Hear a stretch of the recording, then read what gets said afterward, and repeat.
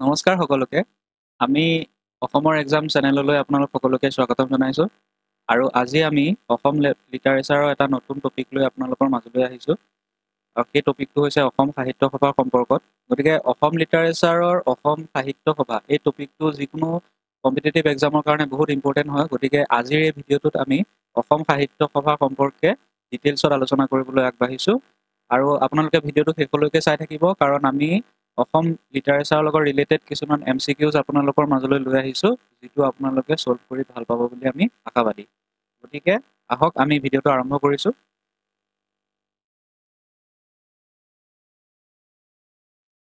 এতিয়া চাওক অসম সাহিত্য সভাৰ প্ৰথম অধিৱেশন কেতিয়া হৈছিলে সেইটোতো আমি সকলোৱে জানো কিমান চনত হৈছিলে 1917 চনৰ ডিচেম্বৰ মাহত হৈছিলে আৰু ডেটটো আপোনালোকে মনত ৰাখিব সেইটো হৈছে 26 ডিচেম্বৰ অৰ্থাৎ 1917 চনৰ 26 ডিচেম্বৰ তাৰিখে অসম সাহিত্য সভাৰ প্ৰথমখন অধিৱেশন হৈছিলে আৰু সভাপতি আছিলে পদ্মনাথ গোহাঁই বৰুৱা ঠিক আছে আৰু অসম সাহিত্য সভা আচলতে হয় কি যে অসমৰ সংস্কৃতি আৰু অসমীয়া সাহিত্যৰ যাতে প্ৰসাৰ লাভ কৰিব পাৰে তাৰ বাবে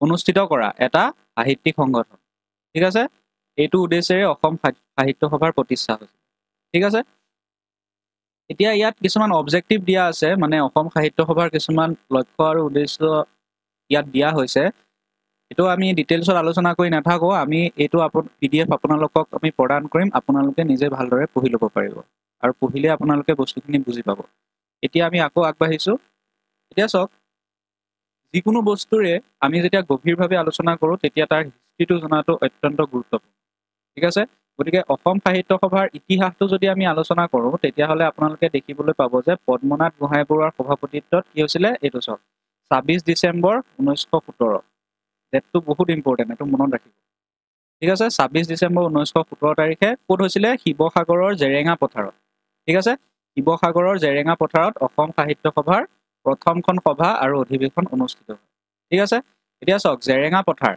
হয়নে এই জেৰেঙা পথাৰটো কিয় ইম্পৰ্টেণ্ট হয় কাৰণ ইয়াতে কি হৈছিলে জয়মতীক শাস্তি দি হত্যা কৰা হৈছিলে নহয় জানো গতিকে জেৰেঙা পথাৰটো এখন ইতিহাস সমৃদ্ধ পথাৰ নহয় জানো আৰু এই শিৱসাগৰৰ জেৰেঙা পথাৰতে কি হৈছিলে অসম সাহিত্য সভাৰ প্ৰথমখন অধিৱেশন অনুষ্ঠিত হৈছিলে এতিয়া চাওক অসম সাহিত্য সভাৰ সভাপতিৰ নাম আমি সকলোৱে জানো কিন্তু অসম সাহিত্য সভাৰ সম্পাদক প্ৰথম সম্পাদক কোন আছিলে বুলি যদি আমাক সোধা হয় আমি বহুতেই হয়তো এইটো নোৱাৰিবও পাৰোঁ গতিকে এইটো আপোনালোকে মনত ৰাখিব যে অসম সাহিত্য সভাৰ প্ৰথমজন সম্পাদক কোন আছিলে শৰৎ চন্দ্ৰ গোস্বামী ঠিক আছে এইটো আহি যাব পাৰে যে অসম সাহিত্য সভাৰ প্ৰথমজন সম্পাদক কোন আছিলে তেতিয়া আপোনালোকে কোনটো অপশ্যন দিব লাগিব শৰৎ চন্দ্ৰ গোস্বামী গতিকে কুৱেশ্যনটো ভালকৈ চাই ল'ব যে সভাপতিৰ কথা সুধিছে নে আপোনালোকক সম্পাদকৰ কথা সুধিছে এতিয়া চাওক এই সভাখন কি হৈছিলে এই সভাখন পূৰ্বতে সদৌ অসম সাহিত্য সন্মিলনী হিচাপে নামাকৰণ কৰা হৈছিল অৰ্থাৎ অসম সাহিত্য সভা প্ৰথম যেতিয়া এষ্টাব্লিছ হৈছিলে তেতিয়া তাৰ নামটো কি আছিলে সদৌ অসম সাহিত্য সন্মিলনী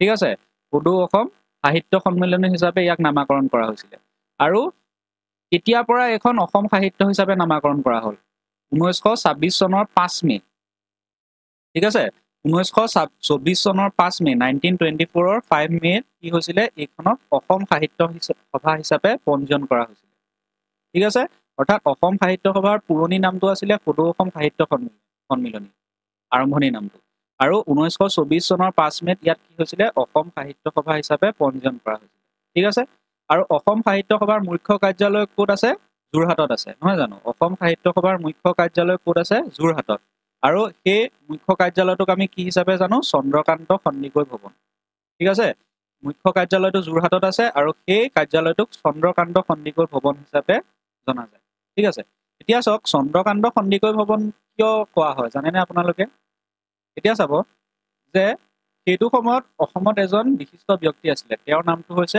ৰাধানাথ সন্দিকৈ ঠিক আছে ৰাধানাথ সন্দিকৈ ঠিক আছে এতিয়া এই ৰাধানাথ সন্দিকৈৰ পুত্ৰ আছিলে চন্দ্ৰকান্ত সন্দিকৈ এতিয়া আমি সকলোৱে কৃষ্ণকান্ত সন্দিকৈৰ নাম সকলোৱে শুনিছোঁ হয় নে নহয় কৃষ্ণকান্ত সন্দিকৈ কোন আছিলে গুৱাহাটী বিশ্ববিদ্যালয়ৰ প্ৰথমজন উপাচাৰ্য আছিলে আৰু অসমৰ এজন বিদগ্ধ পণ্ডিত আছিলে সেই সময়ত নহয় জানো এতিয়া এই কৃষ্ণকান্ত সন্দিকৈ চন্দ্ৰকান্ত সন্দিকৈ তেওঁলোকৰ পিতৃ আছিলে ৰাধানাথ সন্দিকৈ ঠিক আছে এতিয়া ৰাধানাথ সন্দিকৈ এজন দানবীৰ ব্যক্তি আছিলে সেই সময়ত অসমৰ দানবীৰ বুলি ক'লে ৰাধানাথ সন্দিকৈ বুজোৱা হৈছিলে কাৰণ তেওঁ বহুতো অনুষ্ঠান প্ৰতিষ্ঠানলৈ বৃহৎ পৰিমাণৰ দান বৰঙণি আগবঢ়াইছিলে এই চন্দ্ৰকান্ত সিংহ সন্দিকৈ কি হৈছিলে চন্দ্ৰকান্ত সন্দিকৈ বহুত কম বয়সতে মানে মৃত্যুবৰণ কৰিছিল ঠিক আছে গতিকে এই চন্দ্ৰকান্ত সন্দিকৈৰ স্মৃতিতে ৰাধানাথ সন্দিকৈ কি কৰিছিলে সেই এটা কাৰ্যালয় স্থাপন কৰি পেলাই সেই কাৰ্যালয়টো অসম সাহিত্য সভাক দান দিছিলে আৰু অসম সাহিত্য সভায়ো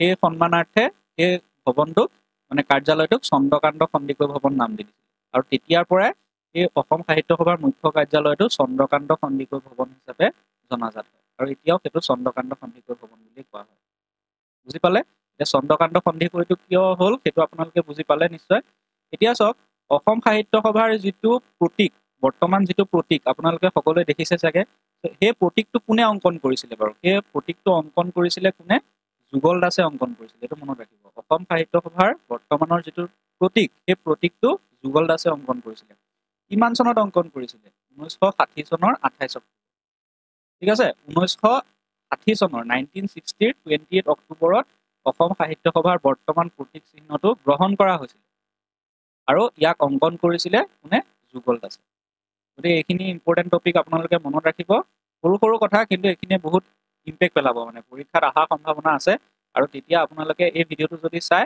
মই আশা কৰোঁ যে অসম সাহিত্য সভাৰ যিকোনো কুৱেশ্যন আহিলেও আপোনালোকে এটেম্প কৰিব পাৰিব সেইটো আমাৰ বিশ্বাস আৰু সেইকাৰণে বহু অধ্যয়নৰ মূৰত এই টপিকখিনি আপোনালোকৰ মাজলৈ লৈ আহিছোঁ গতিকে ভিডিঅ'টো যদি আপোনালোকে ভাল পাইছে এতিয়ালৈকে চাই আৰু আমি বিশ্বাস যে আপোনালোকে নিশ্চয় ভালেই পাইছে গতিকে আপোনালোকে আমাৰ চেনেলটো ছাবস্ক্ৰাইব কৰি থ'ব আৰু ভিডিঅ'সমূহ লাইক কৰি থাকিব শ্বেয়াৰ কৰি থাকিব কাৰণ আপোনালোকৰ লাইক কমেণ্টবোৰ দেখিলে আমিও যথেষ্ট উৎসাহ পাওঁ মানে মনত এই ধাৰণাটো আহে যে মানুহে আমাৰ ভিডিঅ'বোৰ চাই ভাল পাইছে আৰু সেইকাৰণে আমাৰ আৰু কষ্ট কৰিবলৈ ইচ্ছা যায় ঠিক আছে আমি আকৌ আগলৈ আগবাঢ়িছোঁ এইটো চাওক এইটো অৱশ্যে বহুত পুৰণি ফটো আমি বহুত বিচাৰ খোচাৰ কৰি কালেকশ্যন কৰি আনিছোঁ বৰ্তমান চন্দ্ৰকান্ত সন্দিকৈ ভৱনটো বহুত ধুনীয়াকৈ নিৰ্মাণ কৰা হৈছে এইটো অৱশ্যে বহুত পুৰণা ফটো হয় এইখনেই হৈছে চন্দ্ৰকান্ত সন্দিকৈ ভৱন আপোনালোকে দেখা পাইছে নিশ্চয় এইখন বহুত পুৰণি ফটো হয় দেখিছে অসম সাহিত্য সভা বুলি লিখা আছে চন্দ্ৰকান্ত সন্দিকৈ ভৱন কেন্দ্ৰীয় কাৰ্যালয় যোৰহাট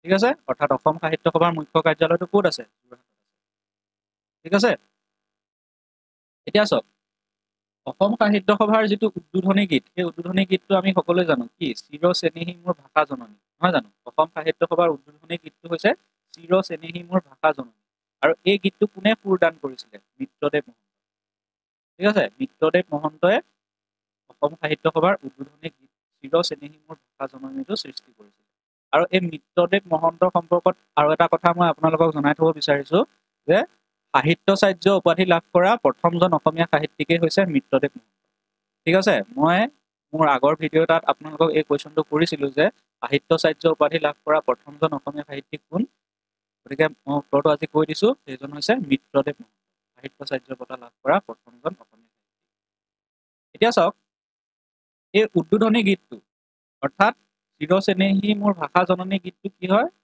অসম সাহিত্য সভাৰ যিকোনো অনুষ্ঠান যেতিয়া পাতা হয় ন তেতিয়া আৰম্ভণি গীত হিচাপে ব্যৱহাৰ কৰা হয় অৰ্থাৎ অসম সাহিত্য সভাৰ যিকোনো অনুষ্ঠানৰ আৰম্ভণিতে চিৰ চেনেহী মোৰ ভাষা জননী গীতটো ব্যৱহাৰ কৰা হয় আৰু লক্ষ্মীনাথ বেজবৰুৱাৰ দ্বাৰা ৰচিত ও মোৰ আপোনাৰ দেশ গীতটি কি হয় সামৰণি গীত হিচাপে ব্যৱহাৰ কৰা হয় অৰ্থাৎ ষ্টাৰ্টিঙতে চিৰ চেনেহী মোৰ ভাষা জননী গীতটো গোৱা হয় আৰু শেষত ও মোৰ আপোনাৰ দেশ গীতটি গোৱা হয় এতিয়া এইটো অকল অসম সাহিত্য সভাৰ অনুষ্ঠানবোৰতে সীমাবদ্ধ নাই এতিয়া আপোনালোকে দেখিব যে আমাৰ অসমত যিকোনো অনুষ্ঠান যেতিয়া পতা হয় অনুষ্ঠানৰ সামৰণিৰ পিছত কোৱা হয় ন জাতীয় সংগীতেৰে সভা ভংগ বুলি তেতিয়া আমি সকলোৱে কি গাওঁ ও মোৰ আপোনাৰ দেশটো নাগাওঁ জানো এইটো অসম সাহিত্য সভাতো এইটো নিয়ম প্ৰচলিত আছে ঠিক আছে এতিয়া ও মোৰ আপোনাৰ দেশটোতো জাতীয় সংগীত আমি সকলোৱে জানো এতিয়া মোক এটা কথা ক'ব আপোনালোকে যে ও মোৰ আপোনাৰ দেশ গীতটি সুৰটো কোনে প্ৰদান কৰিছিলে অৰ্থাৎ ও মোৰ আপোনাৰ দেশ গীতটো আমি এতিয়া যিটো সুৰত গাওঁ সেই সুৰটো কোনে প্ৰদান কৰিছিলে সুৰকাৰ কোন আছিলে সেইটো আপোনালোকে মোক কমেণ্ট ছেকশ্যনত দিব বুলি মই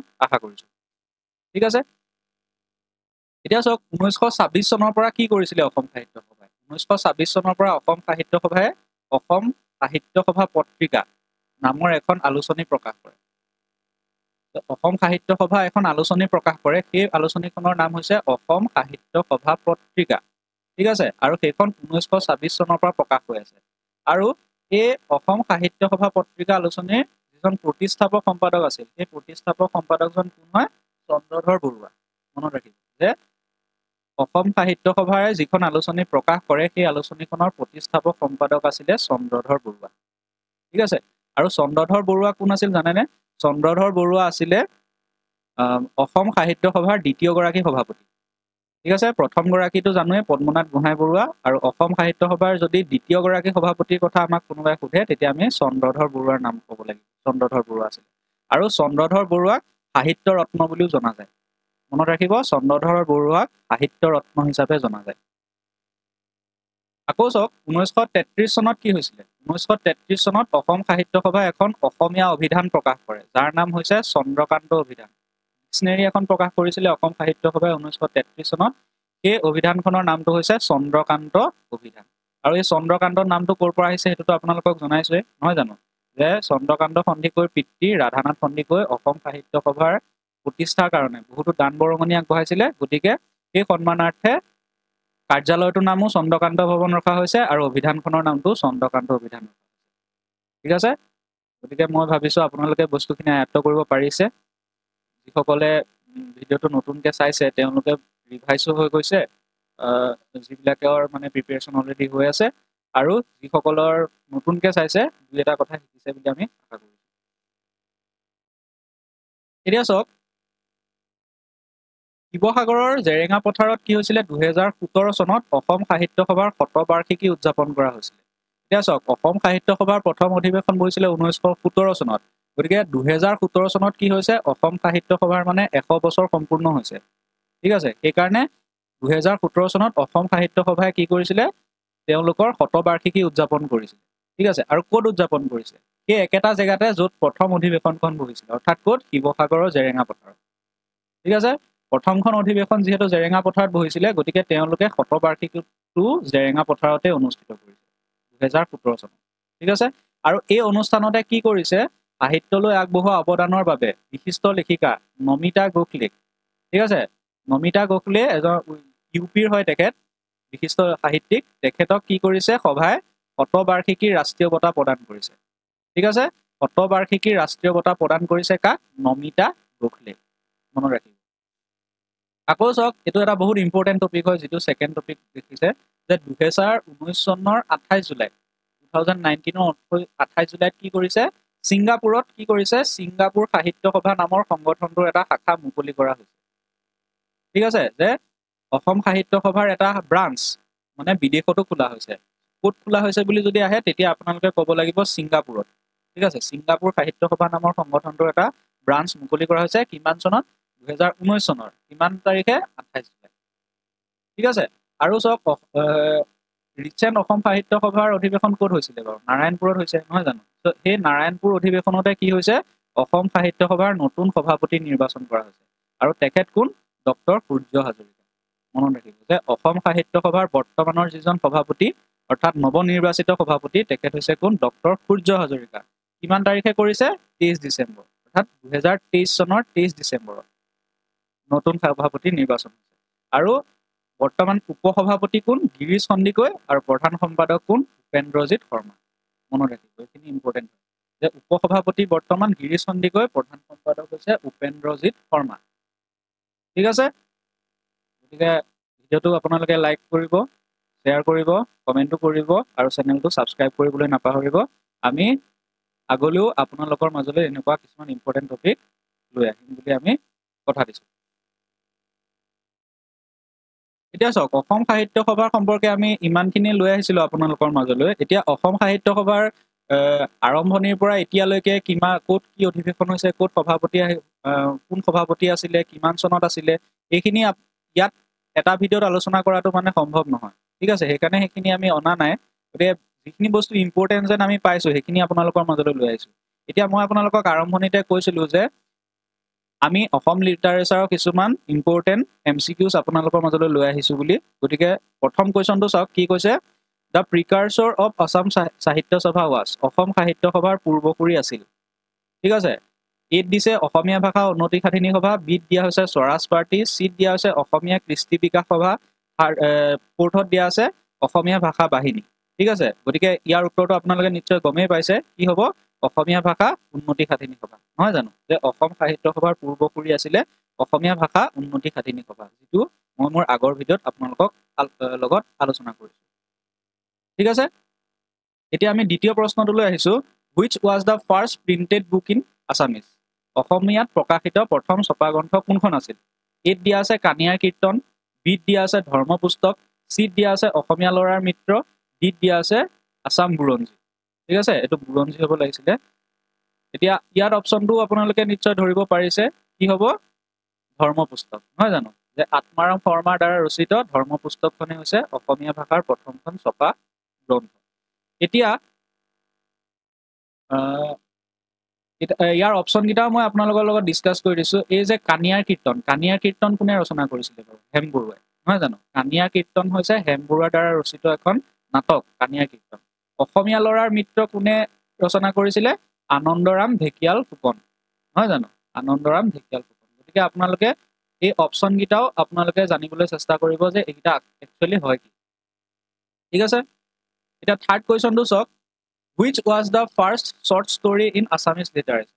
অসমীয়া সাহিত্যৰ প্ৰথম চুটি গল্প কোনটো আছিল? অপশ্যন নম্বৰ এত দিছে নামঘৰীয়া, বিত দিয়া আছে সুৰভি, চিত দিয়া আছে সেউতী, ডিত দিয়া আছে নন অফ দ্য এবভ। এতিয়া চাওক, বহুতে ইয়াত কি কৰি দিব? অপশ্যনটো দেখিয়ে সুৰভিত ক্লিক কৰি দিব, কিন্তু সুৰভিটো নহয়। চাওক কিয় নহয়, ইয়াত কৈছে প্ৰথম চুটি গল্প, নহয় জানো? কিন্তু সুৰভিখন কি? চুটি গল্পৰ সংকলন, সেইটো মনত ৰাখিব। সংকলন মানে কি হয়? যে কালেকশ্যন, যে কেইবাটাও শ্বৰ্ট ষ্টৰী বা চুটি গল্প লগ লগাই পেলাই যিটো এটা সংগ্ৰহ কৰা হয়, সেইটোক কোৱা হয় শ্বৰ্ট ষ্টৰী কালেকশ্যন বা চুটি গল্প সংকলন। যদি আপোনালোকক কুৱেশ্যনটো দিয়ে যে শ্বৰ্ট ষ্টৰী কালেকশ্যন বুলি যদি দিয়ে, চুটি গল্প সংকলন, তেতিয়া আপোনালোকে সুৰভি অপশ্যন দিব পাৰে। কিন্তু যদি প্ৰথম চুটি গল্প কোনটো আছিলে বুলি সোধে, প্ৰথম চুটি গল্প কোনটো আছিলে বুলি সুধিলে কিন্তু আমি সেউতীলৈ যাব লাগিব। সেউতী অপশ্যনটো আমি দিব লাগিব। আৰু এই সেউতীটো কোনে ৰচনা কৰিছিলে? লক্ষ্মীনাথ বেজবৰুৱাদেৱে ৰচনা কৰিছিলে, নহয় জানো? সেইকাৰণে লক্ষ্মীনাথ বেজবৰুৱাক কি বুলি কোৱা হয়? চুটি গল্পৰ জনক বুলি কোৱা হয়। ঠিক আছে, গতিকে নামঘৰীয়া, সুৰভি, সেউতী, নান অফ দ্য এবভ, এইকেইটাৰ ভিতৰত শুদ্ধ উত্তৰটো কোনটো হ'ব?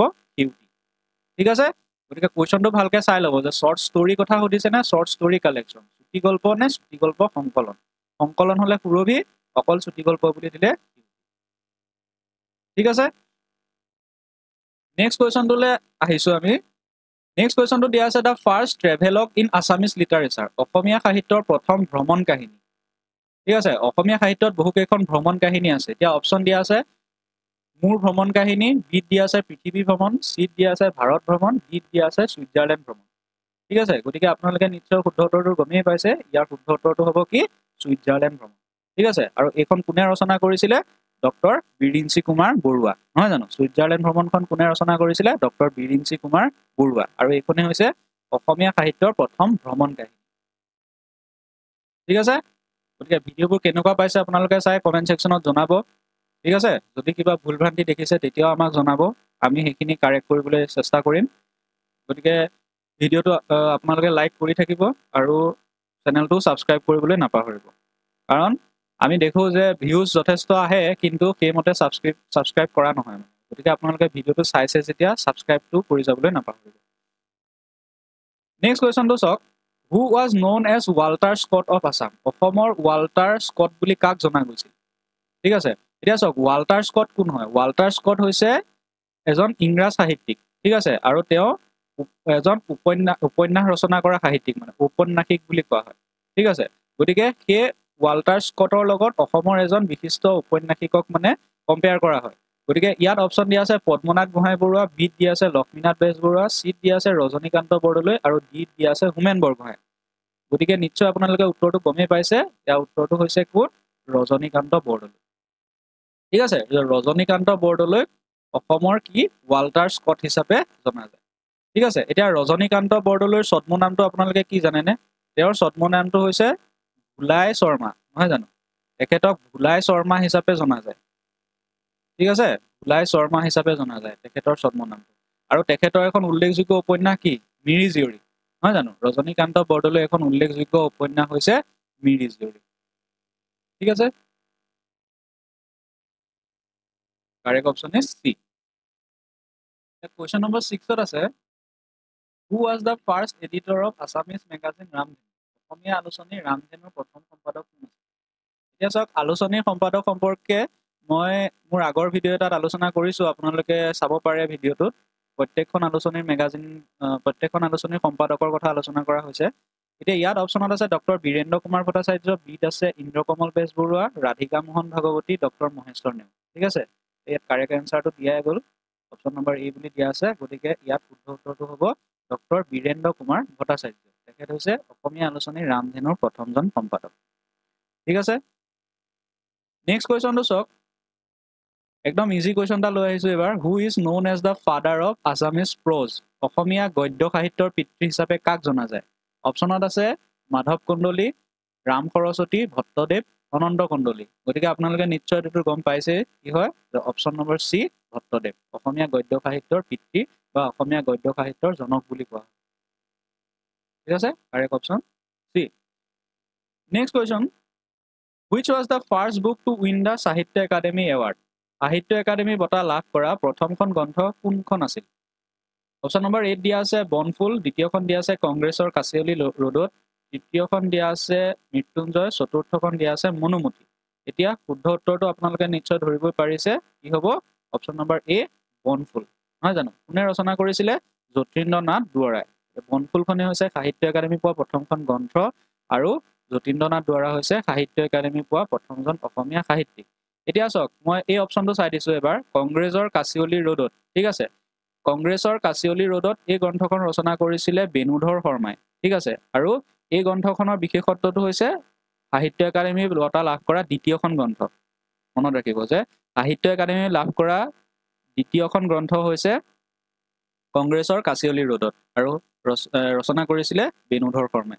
চি অপশ্যনটোত দিয়া আছে মৃত্যুঞ্জয়। এইখনৰ বিশেষত্বটো জানেই যে জ্ঞানপীঠ বঁটা পোৱা অসমীয়া গ্ৰন্থ, ৰচক আছিলে কোন? বীৰেন্দ্ৰ কুমাৰ ভট্টাচাৰ্য। ঠিক আছে, কাৰেক্ট অপশ্যন এ বনফুল।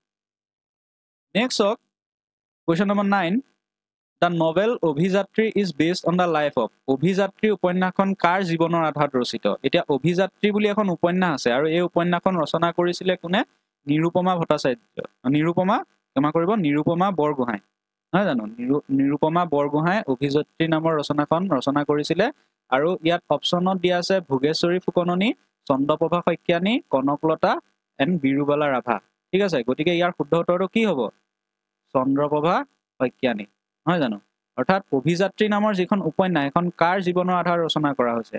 চন্দ্ৰপ্ৰভা শইকীয়ানীৰ জীৱনৰ আধাৰত ৰচনা কৰা হৈছে। ঠিক আছে, কাৰেক্ট অপশ্যন বি।